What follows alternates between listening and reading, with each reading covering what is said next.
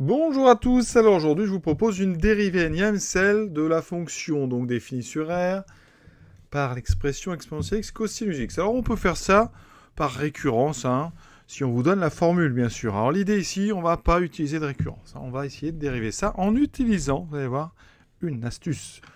Donc ici, comment est-ce qu'on peut dériver ça n fois? Alors, utiliser la formule de Leibniz, ici ça paraît très compliqué, parce que, eh bien, exponentielle x, et ça va rester exponentielle x, mais vous aurez ici la dérivée de cosinus qui va vous donner une somme très compliquée qu'on ne pourra pas évaluer.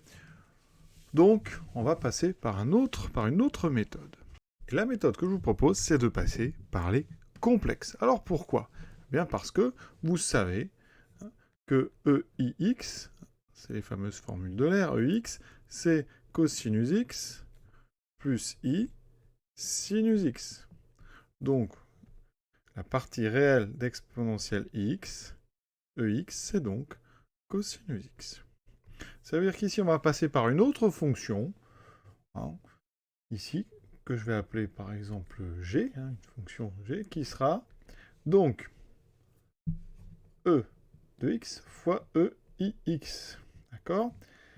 C'est-à-dire e de x fois cosinus x plus i sinus x. Là, vraiment, je détaille, mais certains ont déjà compris ce qui va se passer. Eh bien, c'est que f de x, c'est tout simplement la partie réelle de g de x. Et donc, c'est pas f qu'on va dériver n fois, c'est g. Pourquoi? Eh bien parce que g a une expression toute simple, si on peut le dire, c'est que ex fois e de x, propriété, eh bien c'est e2, on factorise par x, ça va me faire 1 plus i x. D'accord? Et ça se dérive très bien, parce que c'est un exponentiel de quelque chose fois x. Et donc, ici, on va considérer que g est défini sur R, mais prend ses valeurs dans C. Et donc, quand on dérive G, alors je vais le faire une première fois, G', ça donne quoi? Bien ici, 1 plus I E2, 1 plus I X. D'accord? La même formule que exponentielle à X, il y a le bas qui sort. Ça veut dire que G seconde de X sera donc 1 plus I au carré fois E de 1 plus I X. Et donc, si on dérive ça une fois, vous avez compris, la dérivée énième de G, bien, elle est toute simple. C'est 1 plus I puissance n, E de 1 plus I fois X. Et maintenant, il va falloir que je prenne la partie réelle de Gn, parce qu'effectivement, si on dérive f' de x, eh bien, ça sera la partie réelle de g' de x. Et donc, la dérivée énième de f, eh bien, il faudra aller chercher la partie réelle de la dérivée énième donc de x. Effectivement, x étant un réel, en dérivant la partie réelle reste la partie réelle, il n'y a pas de i qui vont apparaître, et quand vous dérivez ici i sinus x, eh bien c'est pareil, le i va rester, et c'est le sinus x que vous avez dérivé, etc. Donc, comme ça, comme on est donc sur une fonction qui prend ses valeurs dans R, eh bien, il suffit, pour avoir donc la dérivée énième de f, il suffit de prendre la partie réelle donc de la dérivée énième de g.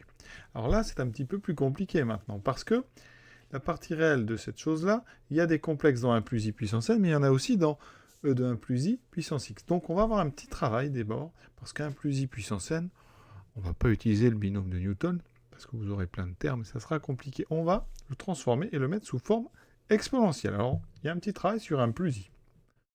1 plus i, bon, je vais essayer de détailler. 1 plus i, vous savez que le module de 1 plus i, c'est racine carrée de 2. C'est racine carrée de la partie réelle au carré plus la partie imaginaire au carré, c'est-à-dire 1 plus 1. Donc ici, je vais factoriser par racine carrée de 2, ce qui fait apparaître donc 1 sur racine de 2, plus i sur racine carrée de 2, et là vous devez reconnaître, ici on a le même cosinus et le sinus et le cosinus sont égaux et positifs, c'est donc du EI pi sur 4. Voilà. Et donc, 1 plus i puissance n, je vais mettre ça à la puissance n. J'aurai donc racine de 2 EI pi sur 4 puissance n. Donc j'aurai racine de 2 à la puissance n, et j'aurai EI pi sur 4 à la puissance n. Mais EI pi sur 4 puissance n, formule de moivre, le n va rentrer. Donc ça me fait racine de 2 puissance n, EI, n pi sur 4. Et là, on avance un petit peu. Donc, je vais mettre ça là-haut.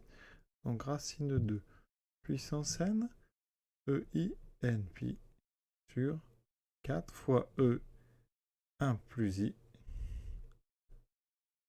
fois X. Vous allez voir qu'on est assez près du but. Moi, rappelons-nous, je veux la partie réelle. Donc, ici, ce qu'on peut remarquer, déjà, c'est que racine de 2 puissance n, c'est un coefficient réel. Je peux le mettre devant.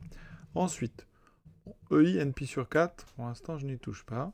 Par contre, E de 1 plus x, je le resépare. J'ai donc E de x, qui est réel, fois exponentielle x. Donc le E de x, je vais le mettre devant.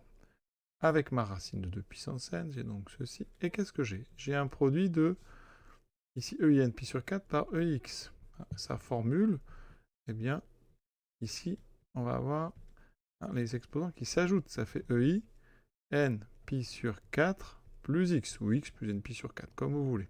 Et maintenant, eh bien, pour prendre la partie réelle, c'est assez rapide, parce que le coefficient ici devant, ça c'est un réel, donc ici, il me suffit de prendre la partie réelle de ceci. Conclusion, donc, ça veut dire que la partie réelle de la dérivée énième de g de x, c'est donc racine de 2 puissance n, ex fois le cosinus, donc de, alors je vais mettre x d'abord, x plus npi sur 4. Et ça tombe bien parce que ça, on a dit que c'était la dérivée énième de f.